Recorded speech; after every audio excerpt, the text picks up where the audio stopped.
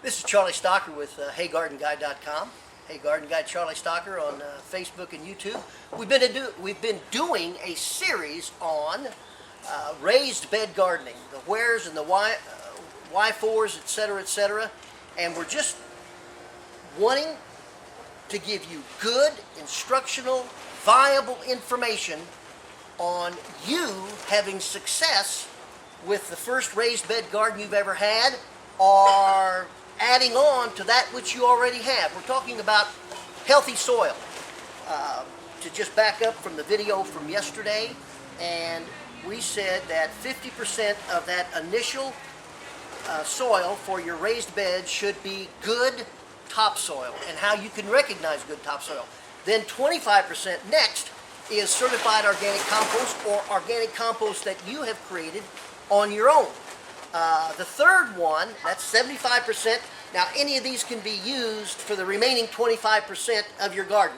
And you're going to mix it all together before you put it in, okay? Shredded leaves. Any shredded leaves are good except your black walnut. And really, yeah, that's basically it. The finer you can break those leaves up, the better. That's could be 5%. Another 5% can be mushroom compost. Now, there's no mushrooms in it. It's what's remaining after the mushrooms have been grown and taken to market. And there are a lot of that. You can purchase that, and there are mushroom farms around where you can go and get it, and it's not necessarily expensive. But the micronutrients, etc., that are in mushroom compost is amazing.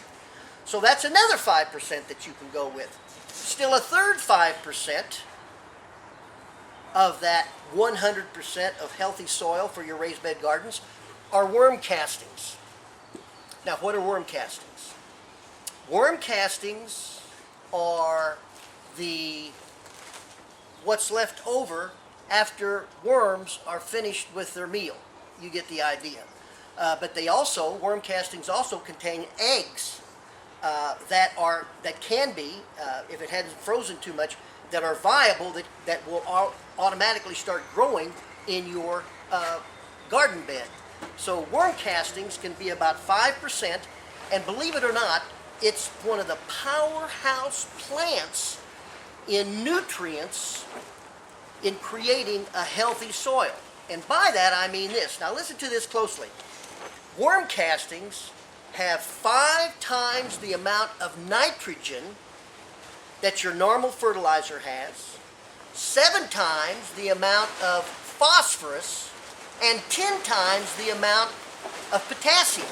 So in talking about a superfood, worm castings are it's not cheap, but just 5% by volume is all you need for that healthy soil for your raised garden.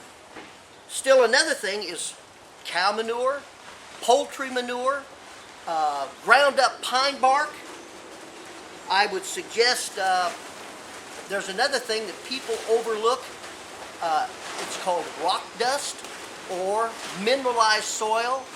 We find so much that you've got the macronutrients, you've got the air pores, you've got the water, and everything is working fine, but many times your soil is lacking minerals, the trace elements, and your rock dust or your mineralized soil, which you can buy and purchase in bags, that will reintroduce those micronutrients into the soil and create a health that you otherwise wouldn't have. 2 things that I would recommend that you don't put in your soil is 1, peat moss, because peat moss, once it's wet and dries out, it's extremely difficult to rehydrate. And we see so many people in their raised bed gardens where they use nothing but peat moss, and it's acidic. There's no food value in terms of peat moss, and you can't, once it dries out, it's very difficult to get wet again. And the other thing that I would recommend that you don't use in your raised bed garden are wood ashes. Use the wood ashes for your lawn or for just a little bit in your compost pile, but then you mix that 100% together, and that is what you put in to your raised bed after you've constructed it. We've still got some more to talk about, probably 2 or 3 more sessions on raised bed gardening. I hope you're getting something out of this. This is Charlie Stockard with HeyGardenGuy.com, raising your garden IQ one question at a time. Have a great day.